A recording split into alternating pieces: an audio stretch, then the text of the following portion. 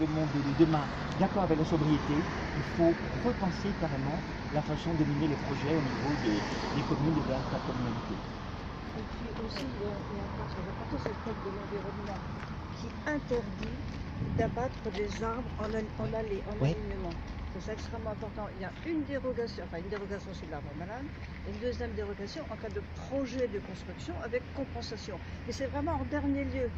Projet de construction, c'est-à-dire tout ce qu'on est en train de voir là aurait dû être vu avant la construction. Parce que maintenant, on est dans le cadre d'une construction. Donc, c'est établi, c'est-à-dire que tout le monde est devant le fait accompli. C'est ça. Le maire, le préfet, tout ça, sous-préfet, ils savaient ça depuis longtemps, mais c'est maintenant qu'on dit, tiens, on va abattre des arbres. Si on avait su ça avant, on aurait pu aussi manifester, on aurait pu envisager de contacter un tel attaque et faire des actions et remettre sur le tapis un projet. Et maintenant, c'est une construction.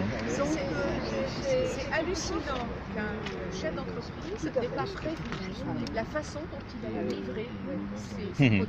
Non mais il savait, ça veut dire qu'il savait, qu'il savait mettre devant le fer. C'est ça hallucinant. Je vais rester comme ça. Il savait que sous-préfet, préfet et maire étaient d'accord avec lui, qu'il y aurait eu de l'abattage, qu'il y aurait eu des compensations, quelque chose, et qu'il aurait pu faire ce qu'il voulait. Simplement, comme on l'a dit tout à l'heure, auprès de la princesse, le fait de savoir si le fleuve est navigable du quai au sable au Béguène, c'est encore grand point d'interrogation. Alors surtout qu'ils n'abattent pas les arbres sans qu'on sache si vraiment, un, il y a une souterrain, et deux, qu'elle puisse être transportée. Oui. Et sur le terme, et sur l'expression de mesures compensatoires, puisqu'effectivement la loi oblige à des mesures compensatoires, il faut bien dire. Quand on a évité avant. Voilà, donc là on est déjà en porte-à-faux, mais surtout le terme compensatoire, il ne faut pas se faire d'illusions, ça ne compense jamais en fait les dégâts qui ont été occasionnés en amont. La meilleure des mesures compensatoires, c'est celle qui consiste à justement à préserver en fait. Et là, on n'en a pas tenu compte, alors que ce sont des choses qu'on connaît depuis longtemps.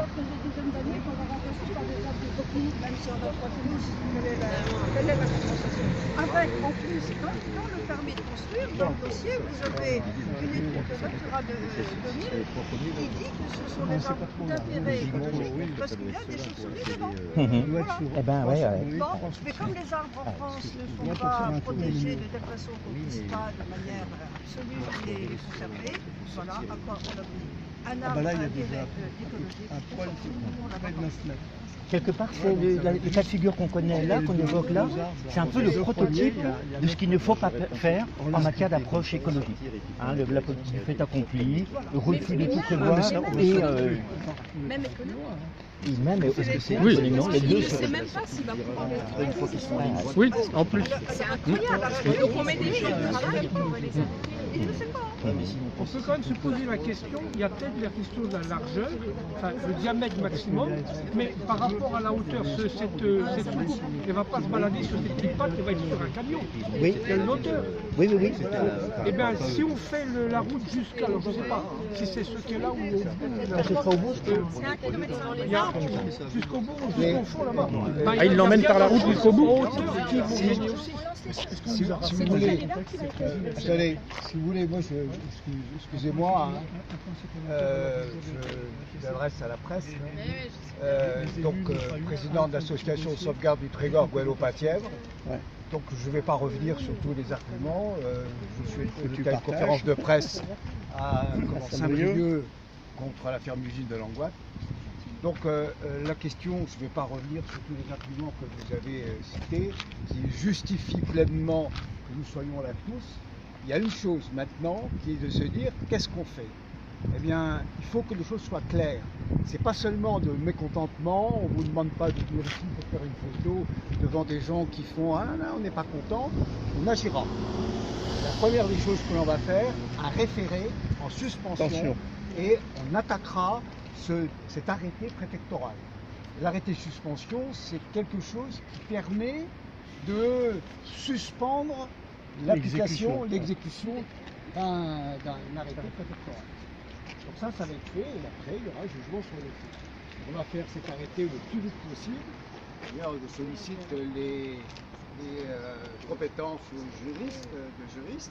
On a des arguments pour demander au tribunal, avant toute chose, arrêter l'exécution de cet arrêté. Arrêtez l'arrêté. Voilà. C'est une phase sauvagement.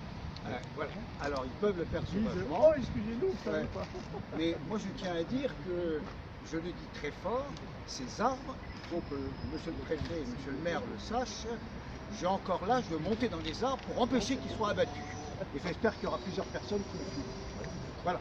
Il n'est pas question qu'on laisse ces arbres abattus pour un bénéfice économique nul d'avance, parce que les soucoupes sont à l'état de fantômes. Je ne sais même pas si donc, ça faut qu'on aille voir.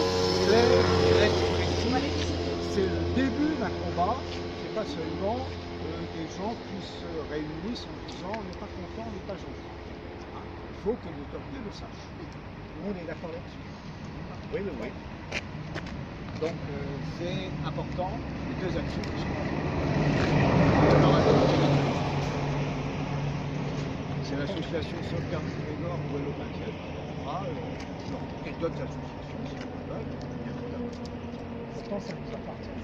Comment? Oui, en plus, c'est c'est une propriété publique. Il va falloir faire vite si vous voulez pouvoir attaquer l'arrêté. Bien sûr. Ça veut dire que vous allez agir dès le jour. Il faut qu'on le fasse là. On a un recours à faire. On a un recours à faire. Une requête. Après, le juge, il a normalement 15 jours pour statuer. Alors effectivement, d'ici là, ils peuvent abattre les arbres. Ça, on le sait. Mais bon, déjà, que les élus sachent qu'il y aura une action juridique contre eux. Les élus et le contre eux. Et ce qu'on peut dire aussi, quand même, pour un peu reglobaliser l'ensemble du problème, c'est à force de procédures, de façon de faire de ce type-là, qu'on en arrive aux impasses écologiques que l'on connaît aujourd'hui. Parce qu'il y a toujours une justification économique, soi-disant, de court terme, etc., qui se refuse à prendre en compte les impacts de tout projet sur le long terme et dans leur globalité. Et puis, de fil en aiguille, on a dit, ah bah oui, bon, c'est pas très grave là, on autorise, et on continue, et on continue. Et globalement, le paysage autour de nous, ou la réalité que l'on connaît tous aujourd'hui, puisque aujourd'hui c'est quelque chose qui est reconnu majoritairement dans la population, les enjeux écologiques, les enjeux environnementaux, eh bien, ils sont produits en fait par ce type de raisonnement. Donc là, on se dit, à un moment donné, il faut dire stop. Sinon, on ne stoppera jamais. Et se battre contre l'abattage des arbres en Amazonie, ça commence par se battre contre l'abattage des arbres à la nuit. Clair, net et précis, c'est un combat global. Là, on ne les rattrape pas. Sauvegarde du Trégor de Hello-Maintien. Voilà. Derrière les masses. Oui. Merci pour votre tranquillité. D'accord. Parfait. Merci. Merci à vous aussi. Merci, au revoir. Merci. Au revoir. Voilà, on a pris ce boulot.